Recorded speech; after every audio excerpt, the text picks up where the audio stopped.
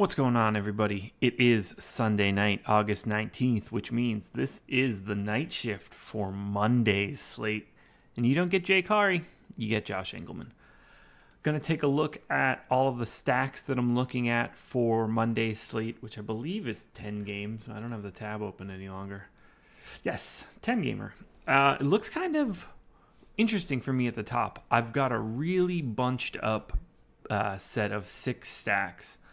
And outside of the Twins being my number one, everything else is pretty mixed up. So I'm going to touch on all of the first 6 just relatively briefly. Like I said, first one up is the Twins. Twins are at home, taking on the White Sox. Giolito's going for the White Sox. I generally stack against him every chance I get. Today, or tomorrow rather, will be no different. Based on this projected lineup, they're going to get a lot of lefties. The top half of that lineup is super cheap too, particularly on FanDuel. Mauer, Rosario, Polanco, Max Kepler grades out really well. I think if Jake Cave is set to hit 7th, I think he's in a really nice spot, especially on FanDuel at 2,200. I have no issue going righty-righty with Miguel Sano, whether that's at just the third base spot on FanDuel or dual eligibility on DK. I don't think you can go wrong there. Only guy I really don't want, the Twins currently have Bobby Wilson in their projected lineup for tomorrow. If he ends up catching, I'm not going to be looking to add him to any lines. Minimum salary on FanDuel, 2,800 on DK, but he is a pretty bad hitter. Steamer projects him with a 58 weighted runs created plus, which is one of the lower hitting ratings that I've seen of anybody I've looked at all season. So Twins are my number one. I'm just going to read off the next 5 now because it bounces around between sites. So the Orioles are my number 2 stack on DK. They're number 7 on FanDuel. The Brewers are number 5 on DraftKings, number 3 on FanDuel. The Blue Jays are 3 on DK, 5 on FanDuel. The White Sox in that matchup against the Twins are 4th on both sites. And then the Rays, oddly enough, their ranking of 10th on DK isn't that interesting, but they're actually my number 2 stack on FanDuel. So I think we need to touch on, quite a few separate teams. The slate is looking a little bit bouncy at the top. So I guess I'll take a look now at my number 2 overall team, which would be the Orioles. Orioles are playing the Blue Jays. This is in Toronto. Andrew Cashner going for the Orioles. Marco Estrada going for Toronto. Oddly enough, I did not expect the top part of the Orioles stack to look good, but I really like the 1 through 5. Cedric Mullins, Jonathan VR, Adam Jones, Trey Mancini, and then Chris Davis. I don't like much at the bottom, but this is a super, super cost-effective stack in my opinion. Not the biggest Marco Estrada fan in the world. Orioles are a little bit like, they don't have a great implied total, but I think they're going to be one of those stacks that makes it pretty easy to fit in some of the more expensive pitchers. Like if you're trying to go to Garrett Cole, I think it's worth a look to get some of the Orioles, particularly on DK. FanDuel, it's a little bit more difficult. The dual eligibility of Trey Mancini really helps on DraftKings. But either way, it's just for the top 5 in that lineup. Chris Davis, minimum salary on FanDuel. Can't really overlook that. He's not great, but he's got the light tower power. And if I can get that for minimum salary, I'll always roll those dice. I guess we should probably hop down to the next team, which would be the Brewers. Brewers are at home, and they are facing the Reds. Homer Bailey going for Cincinnati. Bailey's last start didn't go all that well, and there are a lot of scary lefties in this Brewers lineup. Christian Yelich projected to lead off, looks excellent. Mike Moustakas projected to hit 3rd, looks just as excellent. Same for Travis Shaw in the 5-hole. Eric Thames in the 7-hole. I'm happy to go to Kane or Braun. Really, the only guy I'm not looking at is Manny Pena, and I really don't even mind bringing him along in a 5-man Brewers stack on DK. Just Brewers are in a really good spot. Not the biggest Homer Bailey fan in the world. They bumped his price down to 4,300 on DK. It's almost a little sad. I feel bad for Homer Bailey. You got to target you got to target them here, particularly those lefties. I expect the Brewers to be relatively popular, as they should be. Number 3 stack for me on FanDuel, 5 on DK. Then we'll go back to that Orioles game. Anytime Andrew Cashner's on the hill, I mean, there's a lot of those guys today, whether it's Giolito or Cashner, guys that Bartolo Colon potentially. These are guys I just want to stack against. This is no different.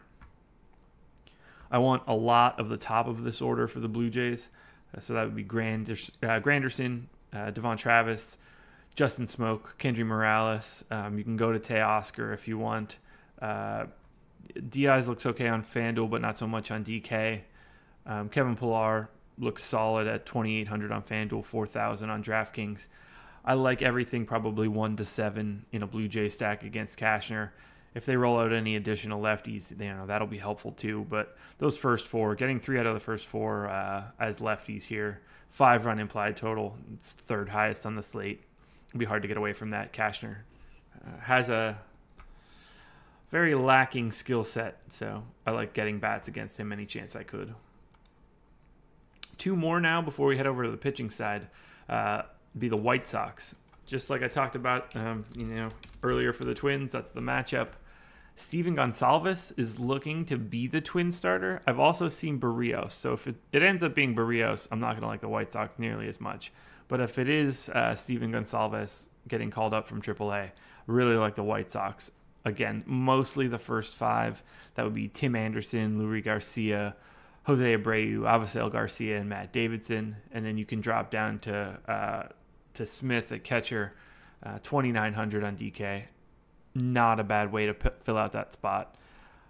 Don't really like Moncada here if it is Gonsalves, because Moncada really bad against lefties. I feel the same way about Yolmer Sanchez. And they're aggressively bad in that scenario. So I don't want to go that way. I really want to concentrate on those first 5. Particularly Avisail Garcia, 2,500 on FanDuel, 3,700 on DK. One of the better plays of the day. Could be a quick hit tomorrow. Who knows? Finally, we need to check on the Rays. The Rays look like a really nice stack on FanDuel, not so much on DraftKings. They just don't have the same pricing.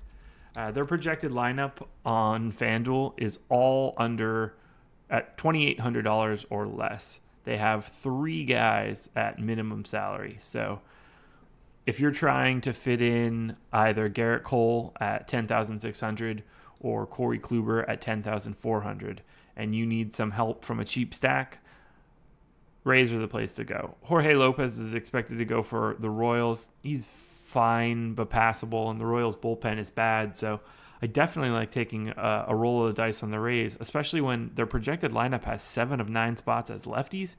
So you're looking at Malik Smith, Joey Wendell, Jake Bauers all at the top, all really, really nice value plays. Bauers in particular. I like Tommy Pham, even though it's righty-righty. Ji-Man Choi, minimum salary first base option, incredible value. Kevin Kiermaier, $2,200 outfield option, love it.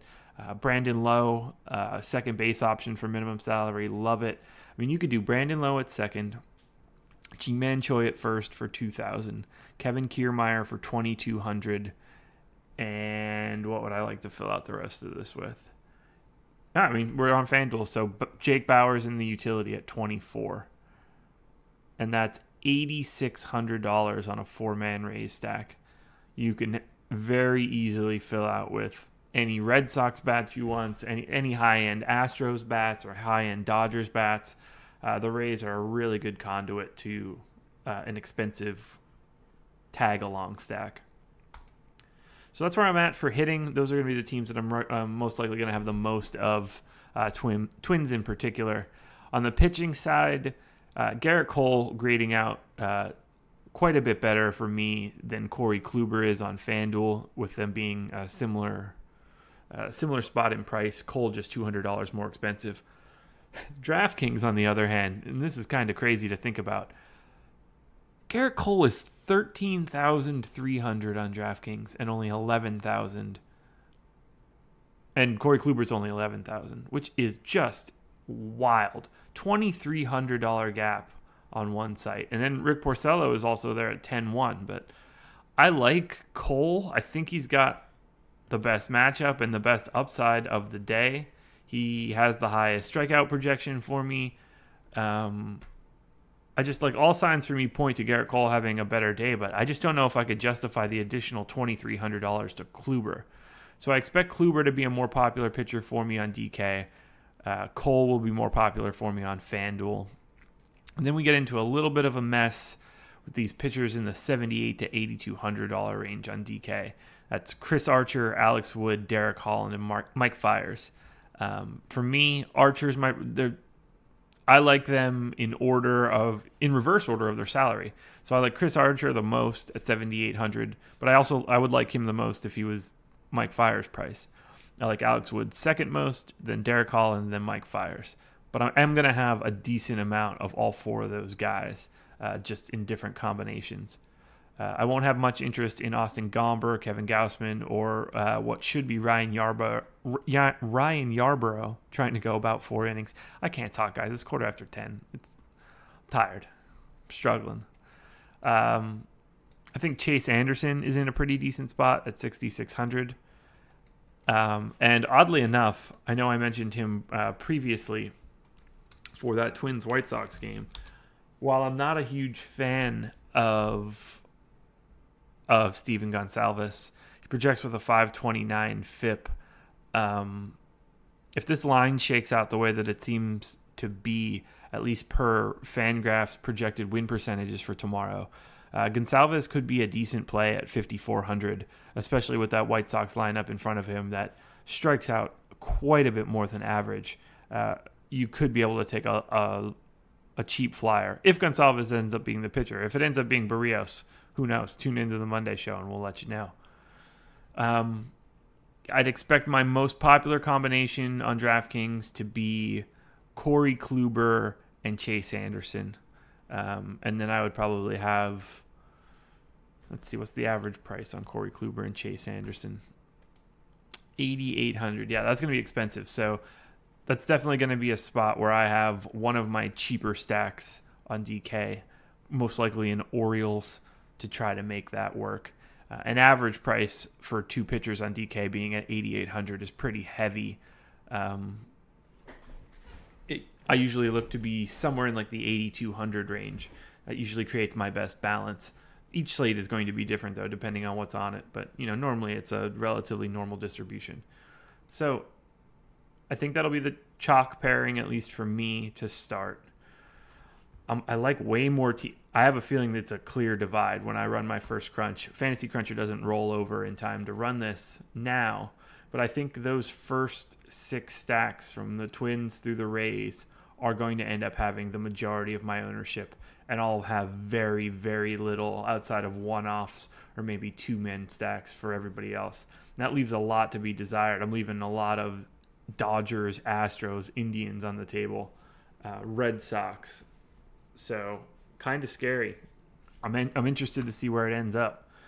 So tune in tomorrow morning. It'll be myself and Jake doing our normal video breakdown. We can give him his congratulations for popping the mini max on Friday.